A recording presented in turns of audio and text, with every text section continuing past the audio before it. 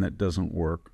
So now I think she's at the point that she's in a doom loop. She wants to debate Trump again. She knows she needs to get out more. She knows Waltz is going to needs to get out more, but they know that the more they get out, the more they cement this reputation of being not serious and kind of amateurish and embarrassing. So it's going to be a very interesting last 30 days. If Trump can discipline himself and not get into the personal invective and stay with the issues, turn Vance loose on the talk shows on the weekend, and cut down his rallies, maybe because they expose him to a great deal of danger. And it's in his rallies that he says things. When he's in interviews, like he does very well, actually, in one-on-one interviews, Trump does.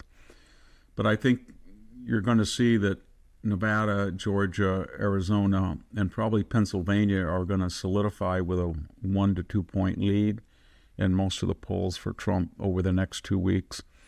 And that tells me that given the record of polling in 2020 and 2016 and the increase in Republican registration, that will offset any irregularities in the voting, and he, I think, will win the Electoral College. Now, did you hear what Victor Davis Hanson said? He said, you see consolidation in those states that he mentioned, Pennsylvania, Arizona, right? Georgia. Okay, fine. And he says he thinks that should be enough to offset any potential irregularities. But the thing that he's overlooking is, but we don't know what those irregularities are going to be. The only optimistic thing, Joe, is because I'm not watching what Trump does. I'm not watching what Vance does, okay? I'm watching what the left is doing. Now, it does seem like they're a little panicky. I don't know if I'm going to throw it over to you so you can tell me if you agree with that part of it, all right? And the level of panicking they're doing, to me, is directly proportional to the amount of cheating they think they could get away with. They wouldn't be panicking if they had all their apparatus in place to actually try to steal the election like they did in 2020. So let me throw it over to you. Everything he said is right. Keep this in mind. Kamala Harris had a 28% approval rating as the vice president.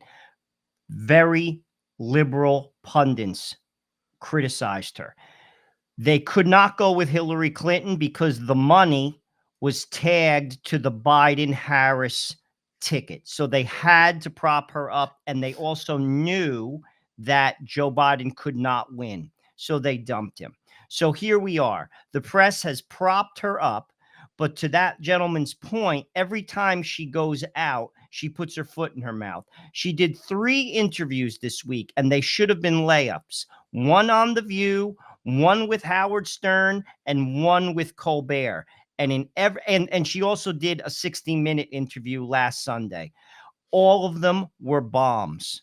All of them. She cannot conduct an interview well. That's why they're not having her go out. But the problem is she has to convince the undecided voter. That's 5 to 7% of the electorate. And people don't know what she stands for. Right. So it's like they're damned if they do, they're damned if they don't. And I want to comment on something that you said. You said that they're nervous. And I'm going to tell you 2 reasons why they should be nervous. One, the Vegas line is now for Trump. Money doesn't lie. They're not going to. That means that he actually is ahead, because no one is going to put, as in Vegas, the money down and bait for political purposes. That's number one. Number two, and I read this article today, you're noticing that they're criticizing the Electoral College. Waltz is now very vocal about that because they know that they're down. That's the key. The more you hear them talk about problems with the Electoral College, the more you know that they're panicking, and that the more you know that they're down. You have to sometimes ignore the polls, because the polls basically are there to sway you. Stay home, don't do this, she's up, she's down. You have to look underneath the polls, and those are 2 metrics that matter. Look to see where the Vegas money is. And the more they talk about the Electoral College being a problem and it has to go away, the more you know they're panicking and that they're down.